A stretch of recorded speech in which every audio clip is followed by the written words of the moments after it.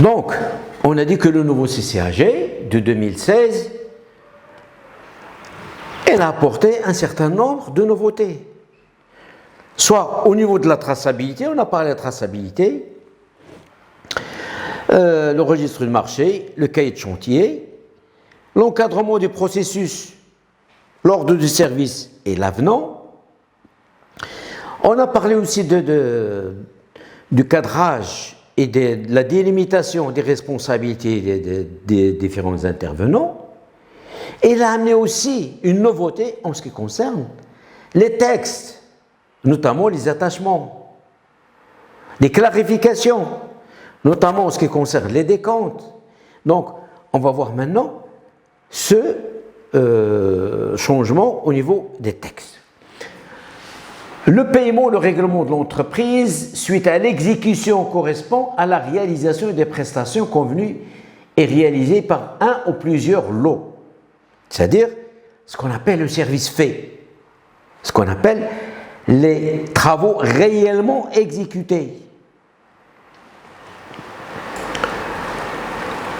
Ce paiement du marché est complètement intangible et révocable. Il lie définitivement l'entreprise et le maître d'ouvrage. C'est pour ça qu'on parle de service fait et droit acquis. Service fait par l'entrepreneur, mais il a des droits. Les droits pour qu'il soit payé.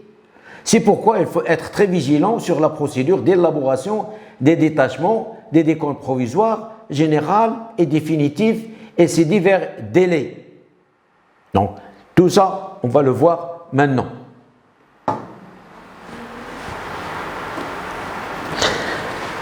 L'attachement. L'article 61.1 dispose l'attachement et le relevé des travaux effectués par l'entrepreneur. C'est un document qui constate l'exécution des travaux. Elle sert de base à l'établissement des décomptes. Donc, c'est le relevé des travaux réellement exécutés, ce qui a été réellement exécuté par l'entrepreneur. Et elle sert de base pour l'établissement de décomptes. Donc, attachement, décompte, acompte. On va voir ce déroulement-là. L'attachement est un document écrit au dessin, peu importe, qui constate la constatation de l'exécution des travaux. Quand on parle de l'exécution effective des travaux qui ne peuvent plus être constatés ultérieurement. Ils sont constatés par l'attachement. C'est un document. La constatation est une opération matérielle. Le constat est le document qui en résulte. Donc la constatation elle est matérielle, c'est une opération matérielle. Par contre, le constat, c'est le document qui en résulte. C'est le relevé des travaux effectués par une personne habilitée. L'attachement est établi par l'entrepreneur et signé par le maître d'œuvre ou la personne chargée du suivi. Souvent, c'est la personne chargée du suivi du marché qui signe l'attachement. Elle correspond à un constat contradictoire. En effet, la procédure prévue par le nouveau CCAG est différente de l'ancien décret du 2000, comme on va le constater. Plusieurs innovations ont été apportées par le CCAG, travaux,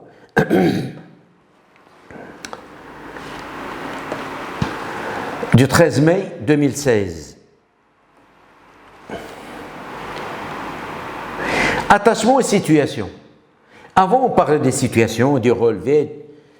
L'article 56 du CCAG, travaux 2000, il a été abrogé, faisait une distinction entre les travaux exécutés suivant les pratiques du génie civil et ceux exécutés suivant les pratiques du bâtiment. Lorsqu'il s'agit de travaux exécutés suivant les pratiques du génie civil, l'évaluation de la dépense se fait au moyen d'attachement. Lorsqu'il s'agit de travaux exécutés suivant les pratiques de bâtiment, cette évaluation s'effectue au moyen de situation. Ça, c'est l'ancien.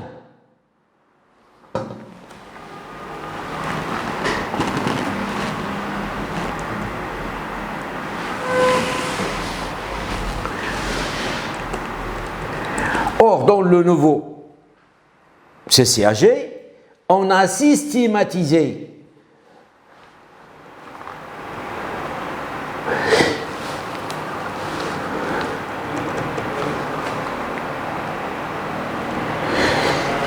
l'article 61 du nouveau CCAG a procédé à la systématisation du concept d'attachement. On ne parle plus de relevé, on ne parle plus de quoi que ce soit, on parle des attachements. Quelle que soit la nature, génie civil au bâtiment, on parle d'attachement. Abstraction faite, parce que c'est un document qui constate les travaux réellement exécutés. Ça ne change pas la dénomination. On a opté pour les attachements et on a abandonné cette distinction qui était vraiment inutile.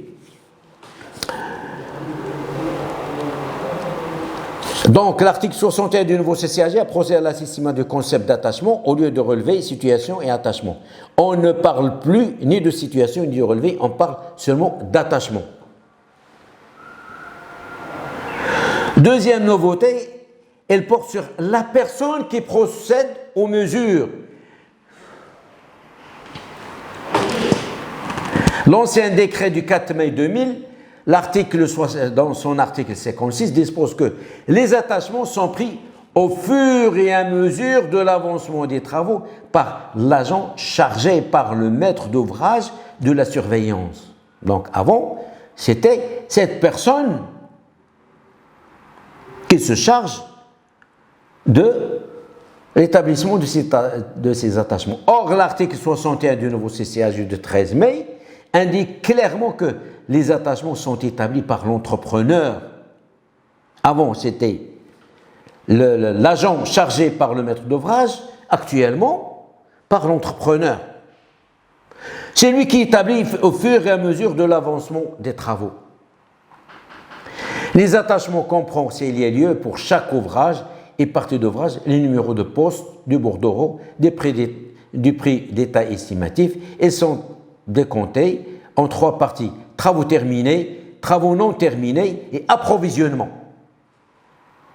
Elle mentionne sommairement, à titre de récapitulation, les travaux terminés des attachements précédents.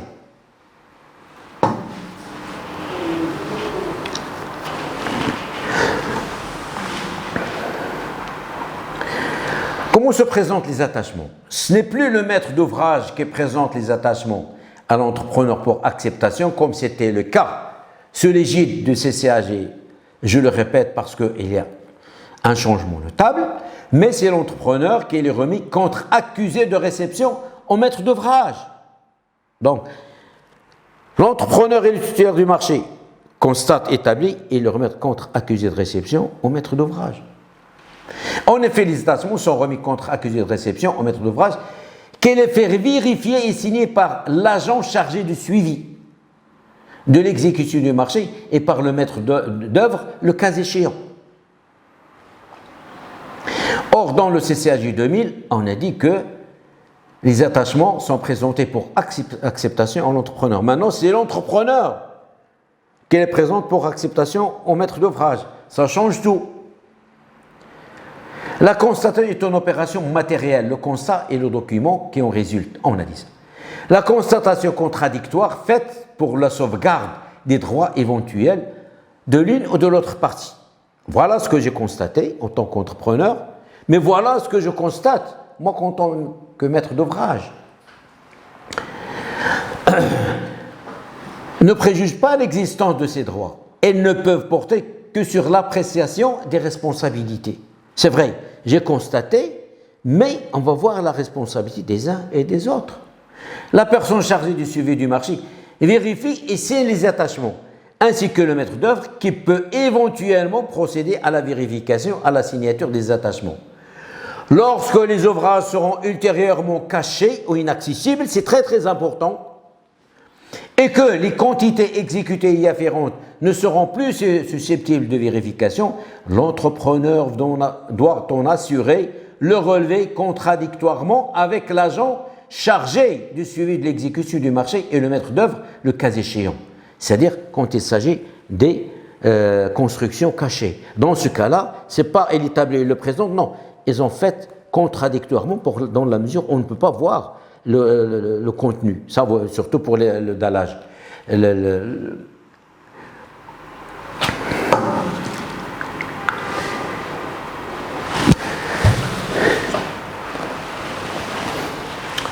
Bien entendu, puisqu'elle présente les attachements au maître d'ouvrage, elle peut apporter des rectifications qu'elle juge nécessaires, et ce dans un délai de 15 jours.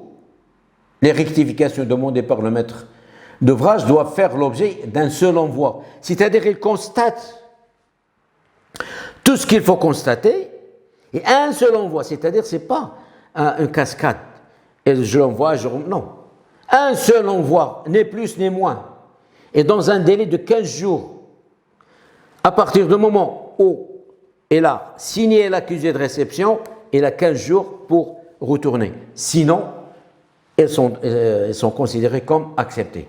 L'entrepreneur doit alors, dans un délai de 15 jours aussi, renvoyer les attachements rectifiés revêtus de son acceptation ou formuler par écrit ses observations.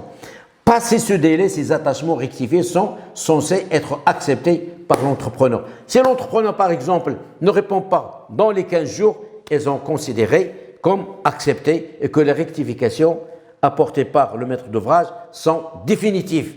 C'est pour cela que j'ai parlé de la forclusion. Voilà un exemple de la forclusion. Il faut respecter les délais, il faut être vigilant.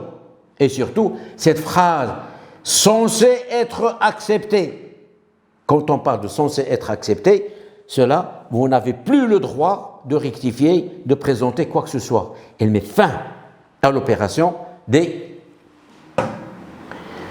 refus de rectification par l'entrepreneur. Elle peut refuser. Si l'entrepreneur refuse de signer ce constat ou ne le signe qu'avec réserve, un décompte provisoire correspondant est alors établi sur la base des attachements tels que validés par le maître d'ouvrage. C'est une bonne chose, une bonne nouvelle pour l'entrepreneur. Autrement dit, il y a un constat préliminaire dans un premier temps, il y a des rectifications apportées par le maître d'ouvrage, mais le titulaire du marché, il dit non. Ce que j'ai constaté, c'est ce qui était réellement exécuté. Donc, on est devant deux positions. La position des titulaires du marché, la position de maître d'ouvrage. Est-ce qu'on paye ou ne paye pas? Maintenant, il faut payer. Mais il faut payer sur la base de ce qui a été prévu, ce qui a été constaté par le maître d'ouvrage. Le reste qui constitue un différend, ce n'est pas un litige ou non, c'est-à-dire différents points de vue, on va le constater par la suite.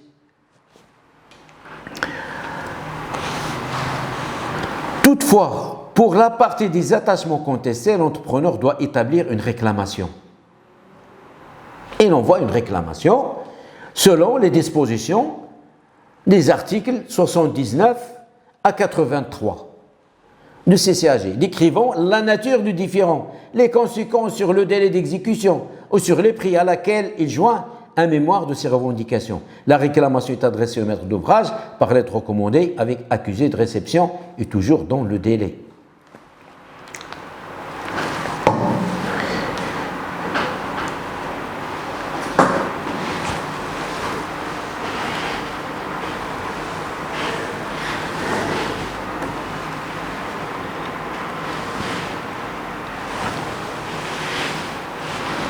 Refus des rectifications par l'entrepreneur. 3 mesures sont susceptibles d'atténuer les difficultés de l'entrepreneur. Un procès verbal de carence est adressé par l'agent chargé du suivi de l'exécution du marché.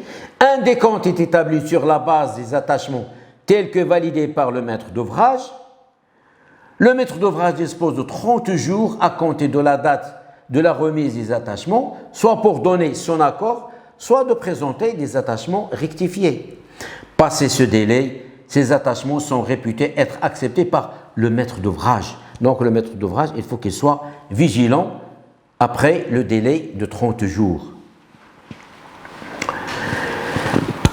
Passé ce délai, ces attachements sont réputés être acceptés par le maître d'ouvrage et la constatation du service fait prend effet à compter du lendemain de l'expiration du délai de 30 jours précité. Parce qu'à partir de ce délai-là, le service fait, et surtout pour les intérêts moratoires. La date de signature des attachements par l'agent chargé du suivi de l'exécution du marché et par le maître d'œuvre, le cas échéant, vaut date de constatation du service fait. À partir du moment où les attachements sont signés par le titulaire du marché et par le maître et par la personne chargée du suivi du marché, éventuellement par le maître d'œuvre, à partir de cette date-là, le service fait commence à courir pour si par exemple il y a des pièces de retard ou bien s'il y a des intérêts moratoires ou toute autre mesure qui est liée au délai.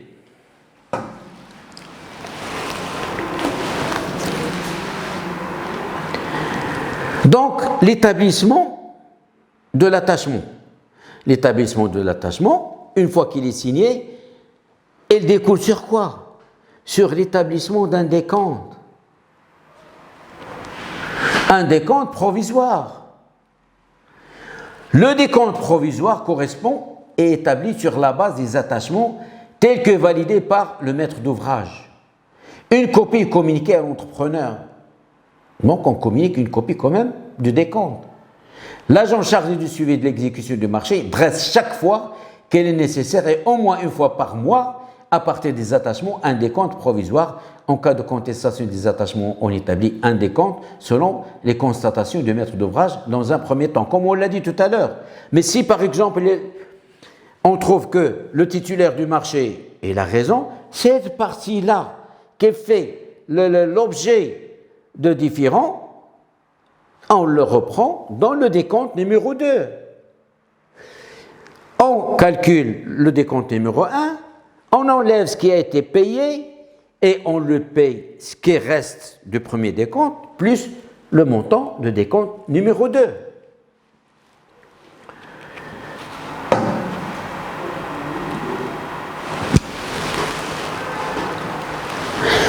Les contestations.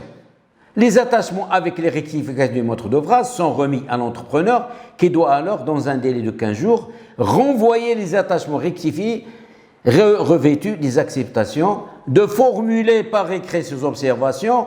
Les mentions d'acceptation avec ou sans réserve doivent être écrites en entier de la main de l'entrepreneur ou de son représentant.